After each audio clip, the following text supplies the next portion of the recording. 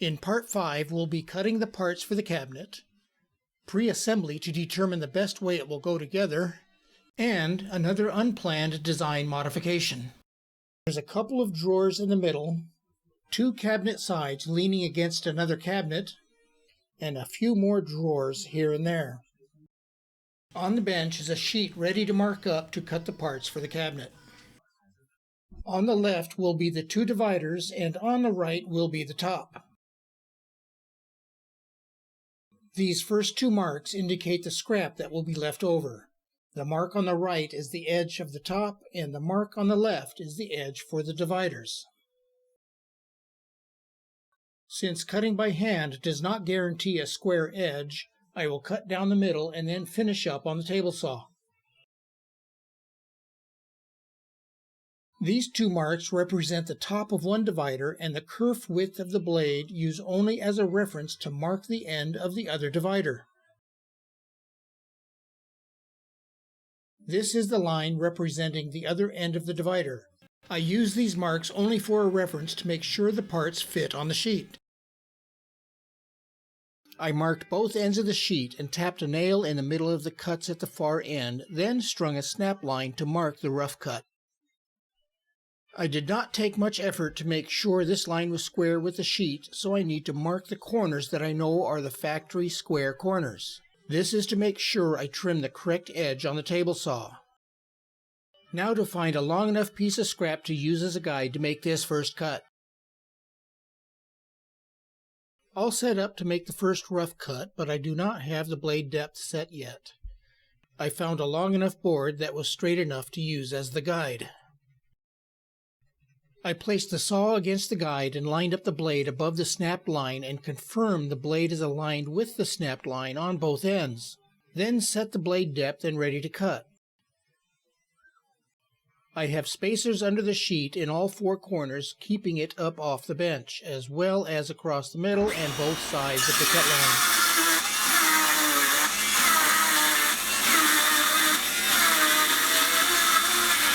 The sheet on the left will be the 2 dividers, and the sheet on the right will be the top. The table saw is ready to go, and of course, I have the print in front of me to ensure I am cutting to design. You can see on the print where one dimension was missing, and I had to go back to the model to find out what that was and write it on the print. This is the sheet I am about to cut. I will back up to show you how crowded it is in this shop when working with long boards or sheets. Where I am standing here is pretty much about the furthest back I can go with wide sheets.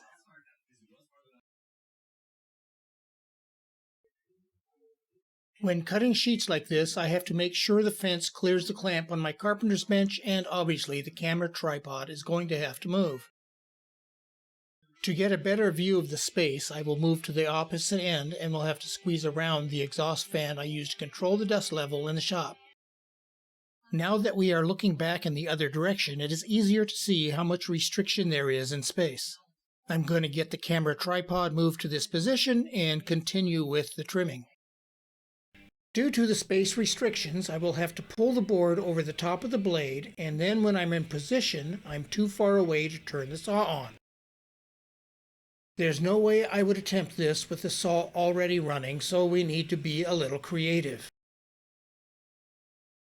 Over on the other bench is a black module plugged into a wall outlet.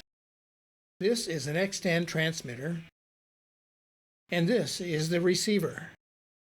There are 4 buttons on the transmitter that can be programmed to control up to 8 receivers.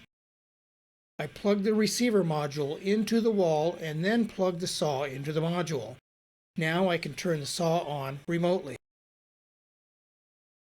I test it by first turning the saw on, then press the button on the transmitter.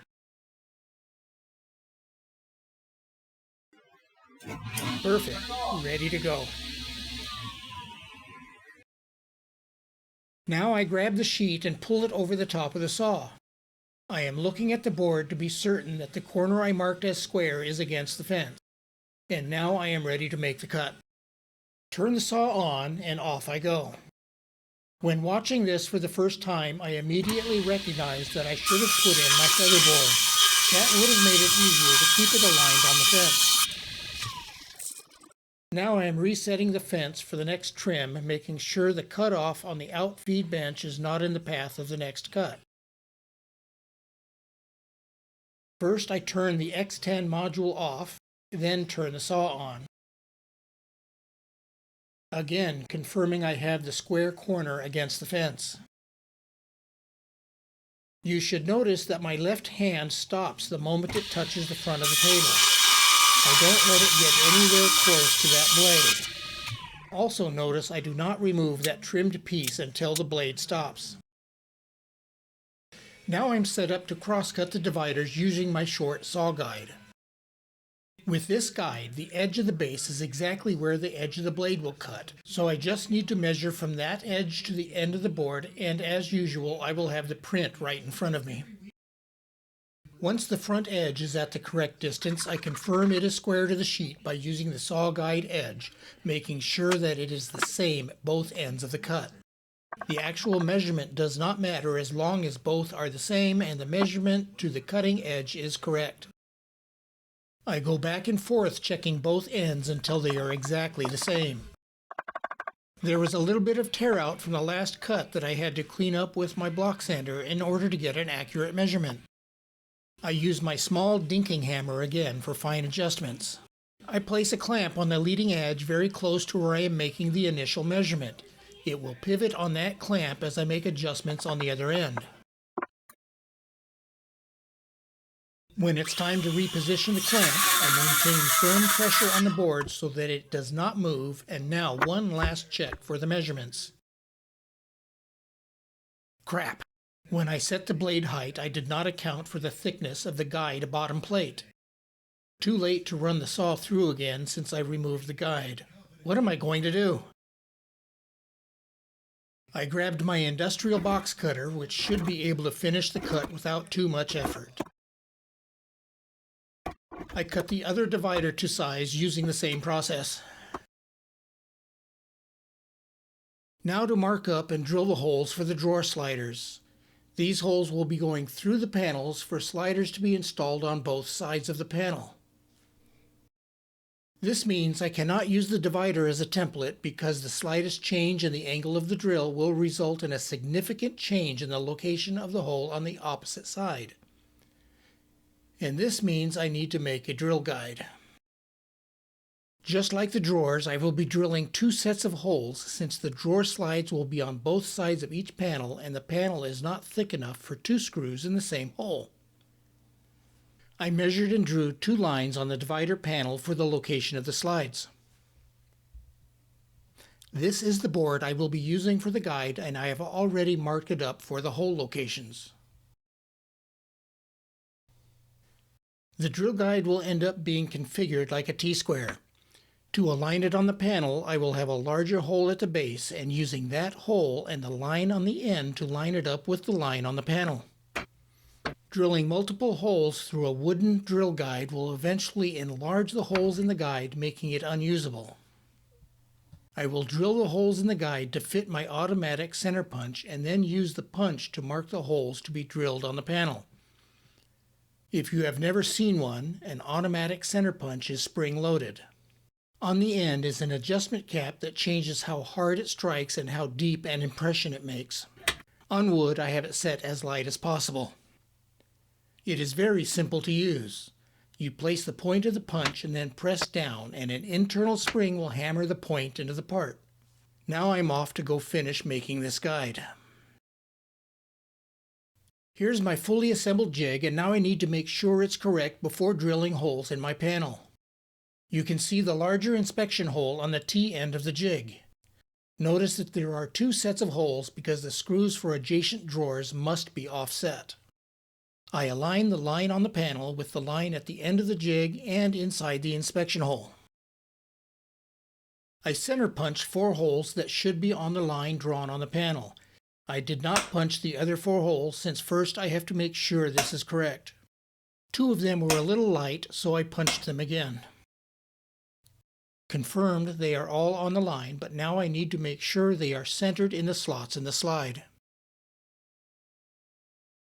They are right where they are supposed to be, so now it is time to drill some holes. When drilling these holes, the angle of the drill is critical to avoid raising or lowering the location of the slider on the opposite side. If the drill angle tilts to the left or right as shown here, it is not a big deal since the slider has some adjustment to it. But if it tilts up or back, then the opposite side slider will not be aligned with the drawer. I have a piece of scrap underneath to control the splintering as the drill penetrates the other side. I drill this set of 8 holes here in the video, but all others were done off camera. When you've seen one hole drilled, you've seen them all. The only difference was when drilling the sides, I did not drill all the way through. Well, I attempted to assemble using just the drawers for horizontal structure, and it was a total failure. I was unsure if it would be enough, and it wasn't, so time for more changes. The original engineering model did not have a back. I was hoping that the drawers would make it stable, and I was wrong, so I had to get another piece of plywood and make the back. The back is cut from 12mm plywood. Unfortunately, the video making the back was corrupted. I cut rabbets into the sides to accept the back and dados in the back to align the dividers. Here is the back and sides on the bench with one of the sides leaning against the back and the other leaning against the wall. I will screw the side to the back and then be able to pull it out and attach the other side. Up on the 4x8 bench with the left side clamped to the back. On the inside I have a 90-degree square clamped in place to keep it aligned. The holes were drilled and cabinet screws installed. Now I can pull it away from the wall and screw in the right side. Now everything is clamped and screwed in place, including the front bottom coving, and I am getting ready to check the drawer alignment for the first time. The 2 dividers were identical until I screwed them into the back. Then I labeled them number 1 and number 2 to make sure they both go back into the same location. I had to space it up off the bench because the front and back of this bench are not in the same plane. It is a fold-up bench that you can see in another video. At this stage, I have no idea if everything is the right size and is going to fit. Success! All the drawers went in without any real trouble. I have not tried installing the top yet. It needs to be cut to size and I need this bench to finish it. I'll have to move the entire assembly over to my carpenter's bench, which I know is level, and I need this 4x8 bench to finish the top. Also left to do is to cut the bottom front to length and the arcs in the back. As you can see, I need to do some cleanup before I can use the other bench. Now finishing the prep for the back, and I needed to run a sander through the dados to clean up the tear out from drilling the holes. Here's my collection of various sanding blocks I have made on my 3D printer. Some made to fan various profiles, radiuses, roundovers, coves, and even a Roman ogee. The one I am using here is made to sand within an 18mm dado. The width of the base plus the thickness of the sandpaper is 18mm and makes quick work of cleaning up a dado. Just a handful of strokes and the dado is clean, flat, and ready to go. Up next is the last of this series, final assembly.